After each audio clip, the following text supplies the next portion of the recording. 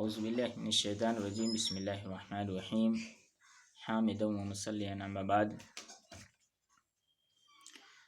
اللہ تبارک و تعالی اللہ کے نبی صلی اللہ علیہ وسلم ارشاد فرماتے ہیں، طلب العلم فریضۃ علی کل مسلم وفی روایت طلب العلم فریضۃ علی کل مسلم و مسلمۃ، کہ علم کا حاصل کرنا، تعلیم کا حاصل کرنا، شکشا پراپت کرنا ہر مسلمان پر فرض ہے۔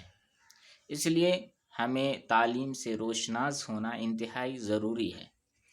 اس لیے آج سے انشاءاللہ میٹرک کلاس کی جو اردو کتاب ہے اس کو میں اپنے انداز میں انشاءاللہ پڑھانے کی کوشش کروں گا۔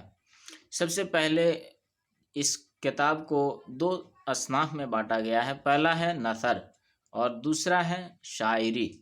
نثر میں جب ہم نثر کے تعلق سے جب گھسیں گے تو نثر کی لغوی تعریف ہوتا ہے، نثر کے لغوی معنی بکھری ہوئی شے کے ہیں، اور نثر کی اصطلاحی تعریف اس تحریر کو کہتے ہیں۔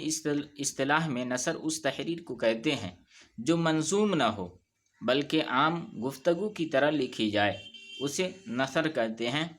اسی طرح شاعری کی جہاں تک بات ہے،